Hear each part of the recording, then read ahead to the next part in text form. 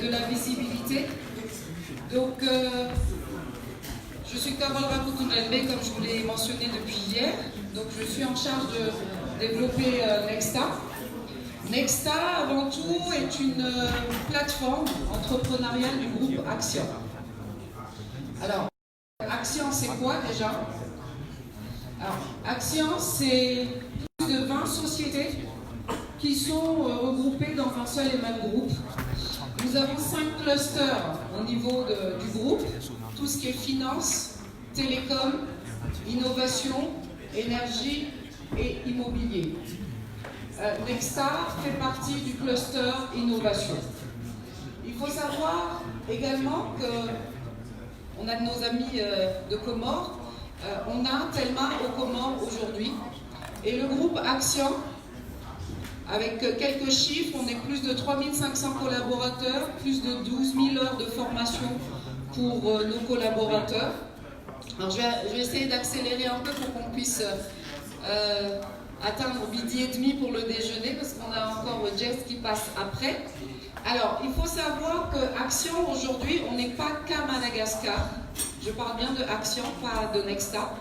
On est à Madagascar, à La Réunion, à l'île Maurice, Mayotte, donc, et au Sénégal.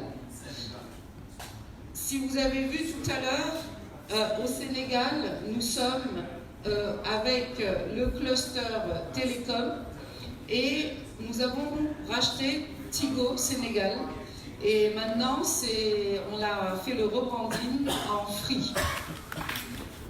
Je continue. Alors, nous avons des investissements directs et des investissements indirects. Pourquoi est-ce que je vous parle de tout ça? Parce qu'on a quand même une expérience au niveau du groupe Action pour tout ce qui est internalisation, tout ce qui est prise de marché vers le continent africain, qui est donc un de nos objectifs. Alors, je ne vais pas vous faire un cours sur c'est quoi l'internalisation, mais pour qu'on puisse se remettre un peu dans le contexte, c'est le fait de développer ses activités au-delà de son territoire national. Et à partir de là, nous tous qui ayons des produits ou des services que nous voulons externaliser, nous savons qu'il y a des processus, il y a des règles sur qu'est-ce qu'il faut faire, tout ce qui est études de marché et ainsi de suite. Tout ce qui est études de marché, alors est-ce que nous savons que le Sambos, le Samosa, est interdit en Somalie? Alors, il n'est pas de cette forme, hein, il n'est plus de forme triangulaire en Somalie. Donc si nous voulons faire de la production de Sambos, il faut se renseigner quel est le marché qui peut accueillir nos Sambos triangulaires. C'est quelque chose de très basique, hein, ce que je suis en train de vous montrer. Le foie gras. Alors les États-Unis, il y a 4 jours, ont décrété que le foie gras sera interdit en commercialisation chez eux. Il faut aussi savoir que l'Inde l'a déjà banni de sa production. Alors c'est pas le foie gras en lui-même qui est mauvais, c'est le système de gavage qui est interdit et qui ne fonctionne pas avec les règles de l'art, je dirais, des protecteurs des animaux. Dans certains pays, le port de vêtements rouges est aussi interdit. Donc si vous êtes dans tout ce qui est vestimentaire, il faut se renseigner sur quels sont les us et coutumes et les pratiques des pays dans lesquels vous voulez, le marché dans lequel vous voulez attaquer. Je prends l'exemple de Tigo Sénégal qui a fait son rebranding. Il faut savoir que Free est une marque française. Et arrivé à Dakar, on a fait un rebranding aussi bien en Free, mais tout en gardant les textes et les échanges du territoire. Après, on a Madagascar et Telma Comores. C'est une fierté de dire que les compétences de Telma Madagascar ont été exportées vers Comores et automatiquement, dans tout ce qui est communication et marketing, il y a eu une adoption du contexte local. On prend le cas aussi de Coca-Cola Madagascar. Coca-Cola ne fait pas partie du groupe Action. Comme je vous ai dit, c'est un partage d'expérience et de connaissances. Il y a Coca-Cola, donc à Madagascar, qui adopte une approche marketing par rapport à l'attitude des consommateurs. Et ils font également des partenariats avec les entreprises locales, notamment ici avec. Donc acheter une bouteille de coca avec le bouchon jaune et vous bénéficiez de l'eau, de connexion, l'eau LOT à boire. Et après vous avez des bénéfices en data et en crédit. Alors, je vais vous parler d'une expérience personnelle par la suite. Donc, à part gérer Nexstar, je suis moi-même entrepreneur. Donc, j'ai créé une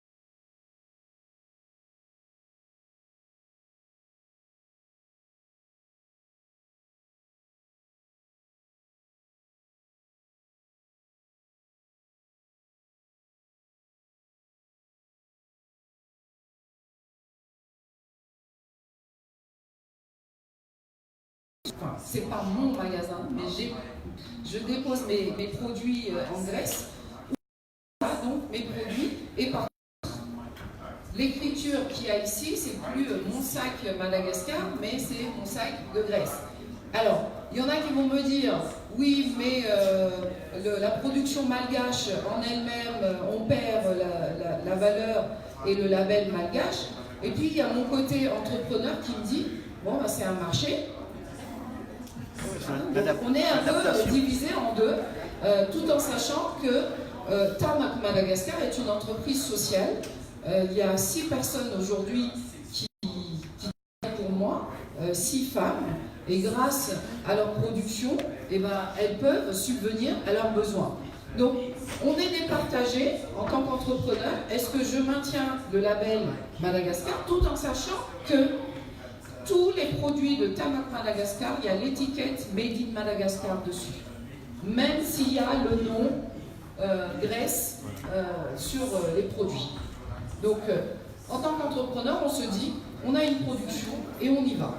Mais il y a une fierté quand même par la suite. Mon dernier slide, c'est un slide d'une compagnie qui s'appelle Madcas. Ils font la production de cacao et de l'exportation donc de chocolat. Alors, Madcas a commencé par une marque blanche et ils font de l'exportation vers les États-Unis. Donc ça, c'est les produits que vous trouverez aux États-Unis, d'accord, sous cette marque-là. Et ils ont compris que le marché en local, qu'il y avait le marché en local, et ils ont produit différents types de chocolat. Et d'ailleurs, je vous invite à en consommer. C'est pas cher du tout, ça se trouve en grande surface. Si vous voulez ramener quelques souvenirs de Madagascar pour vos familles. Donc, ils ont développé cette marque-là pour le local. Donc, il y a aussi l'internalisation, c'est-à-dire qu'au départ, on fait que de l'export et on a tendance à oublier qu'il y a un marché en local. Et à partir de là, ils ont développé ces produits et cette marque que j'adore, que je trouve vraiment sexy, parce que ce sont les 18 ethnies de Madagascar, donc avec les us et coutumes notamment, donc tout ce qui est coiffure. Voilà. Donc voilà ce que j'avais à partager avec vous aujourd'hui. Donc on a vu les grosses structures, les grosses compagnies, notamment donc Coca, Telma, ce que fait Action. À partir de là, on a aussi les TPE et les PME, donc à travers l'exemple de TAN, comme moi, donc, je fais la promotion et que j'ai créé en 2016. Et ici aussi, tout ce qui est exportation d'abord, et après on pense au marché local. Je vous remercie. Je pose si vous avez des questions, je prends. Merci.